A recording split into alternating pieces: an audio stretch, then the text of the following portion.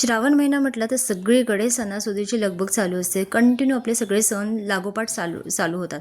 तर आता रक्षाबंधनसुद्धा जवळच आलेलं आहे. श्रावण आता सुरूच होत आहे पुढच्या आठवड्यापासून. तर आता या रक्षाबंधनला जर तुम्हाला थोड्याफार वेगळ्या प्रकारे घरगुती पद्धतीने जर भाजी करायची असेल तर ही मटार पनीरची रेसिपी आजची तुमच्यासाठी मी शेअर करत आहे. तर ही भाजी नक्की ट्राय करून बघा, नक्की आवडेल तुम्हाला. तर चला तर मग मंडळी रेसिपीला स्टार्ट करूयात. नमस्कार, मी नेहा माझ्या या चॅनलमध्ये तुमच्या सर्वांचं स्वागत करते. तर इथे मी पाव किलो पनीर घेतलेलं आहे. फ्रेश पनीर इथे वापरायचं आहे आपल्याला मस्तपैकी. तुम्ही घरी पनीर बनवत असाल आणि घरचं पनीर जरी वापरलं ना तरीही चालणार आहे. तर अशा प्रकारे मी क्यूब्स करून घेतलेले आहेत पनीरचे मीडियम साईजमध्ये. आता तूप घ्यायचं, तेल घ्यायचं किंवा बटर असेल तर बटर घ्यायचं. त्यामध्ये आपल्याला हे जे पीसेस केलेले आहेत पनीरचे ते आपल्याला चांगले मस्तपैकी शॅलो फ्राय दोन्ही साईडने करून घ्यायचे आहेत अशा प्रकारे. आता हे शॅलो फ्राय केलेले पनीर आपण साईडला काढून ठेवायचे आहे. याच कढईमध्ये थोडंसं तेल घातलेलं आहे मी.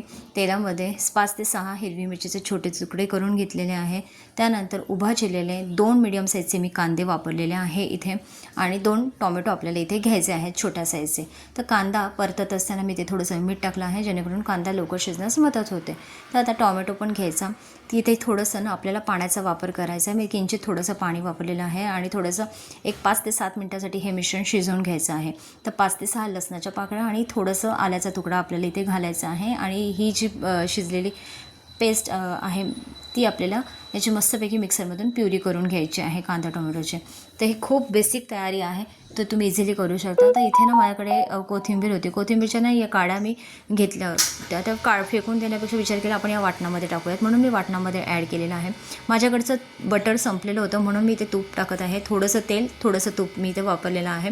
तुम्ही अगदी बटर पूर्ण वापरलं तरीही चालणार आहे. तर या तुपामध्ये किंवा तेलामध्ये आपण 2 तमालपत्राचे तुकडे, 2 मोठ्या वेलची अशा मस्तपैकी परतून घ्यायचं आहे पहिले आणि त्यानंतर वाटलेलं जे वाटण आहे ते परतून घ्यायचं मस्तपैकी याच्यामध्ये. आणि याच्यामध्ये आपण ना मगजबी आणि काजूची पेस्ट मी साईडला करून ठेवली आहे. आता मसाल्यांमध्ये म्हणाल तर मी इथे ना गरम मसाला 1 चमचा वापरलेला आहे आणि 2 चमचे लाल तिखट आणि किंचित हळद वापरलेले आहे. त्यानंतर आपल्याला हे जे मसाले आणि आपण वाफवलेला वाटाणा आहे तो मिक्सर याच्यातनं मस्तपैकी हलवून घ्यायचा आहे, एकजीव करून घ्यायचा आहे आणि एक जवळपास 8 ते 10 मिनटं ही उकळी आलेली आहे मटार आणि पनीरचे तुकडे टाकल्यानंतर. आणि त्यानंतर आपण वाटण जे केलं होतं म्हणजे मगजबी आणि काजूची पेस्ट केली होती ती आपल्याला सर्वात शेवटी ह्याच्यातनं ॲड करायची आहे. थोडीशी कोथिंबीर भुरभुरायची.